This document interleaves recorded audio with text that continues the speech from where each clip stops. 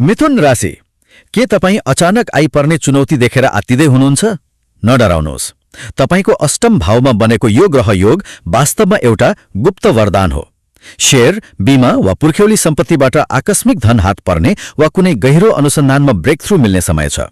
ल, अब यसलाई अलि खोलौं न त। माघ महिनामा मिथुन लग्न हुनेहरूका लागि ग्रहहरूले कस्तो परिस्थिति बनाउँदैछन्, खास गरी यो अष्टम भावको चर्चा, जुन ज्योतिषमा संकटको घर मानिन्छ, यो कसरी गुप्त वरदान बन्न सक्छ?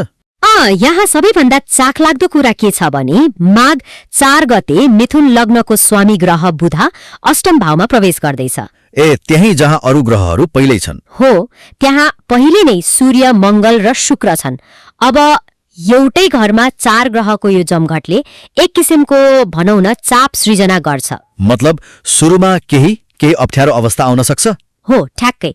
अचानक बाधाहरू आउने, छाला वा नशा सम्बन्धी केही स्वास्थ्य समस्या देखिने, मानसिक तनाव पनि। मानसिक तनाव बढ्ने हुन सक्छ। यो समय अलिक कष्टकर देखिन्छ सुरुमा। यहाँनिर कुरा साँच्चै रोचक हुँदैछ। तर यही कष्टभित्र विपरीत राजयोगको अवसर पनि छ भनिएको छ। यो के हो र यसले कसरी काम गर्छ? बिल्कुल, जब कष्ट भावको स्वामीले नै राम्रो योग बनाउँछ त्यसलाई विपरीत राजयोग भनिन्छ। यसको अर्थ हो अप्रत्याशित लाभ, जस्तै रोकिएको पैतृक सम्पत्ति मिल्ने। रोकिएको सम्पत्ति हो, वा बीमाबाट ठूलो रकम आउने, शेयर बजारबाट अचानक फाइदा हुने, यस्तो बलियो सम्भावना छ।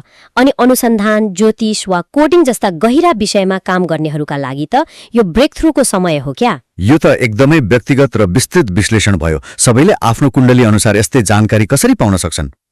यसको लागि एउटा सजिलो उपाय छ।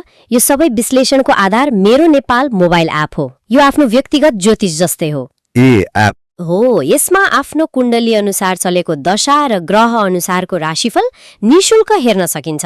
अझै विवाह, सम्बन्ध, सन्तान, आर्थिक अवस्था, रोजगार वा विदेश यात्रा जस्ता विषयमा मनमा लागेका कुनै पनि 3वटा प्रश्न दैनिक रूपमा निशुल्क सोध्न र तुरुन्तै उत्तर पाउन सकिन्छ।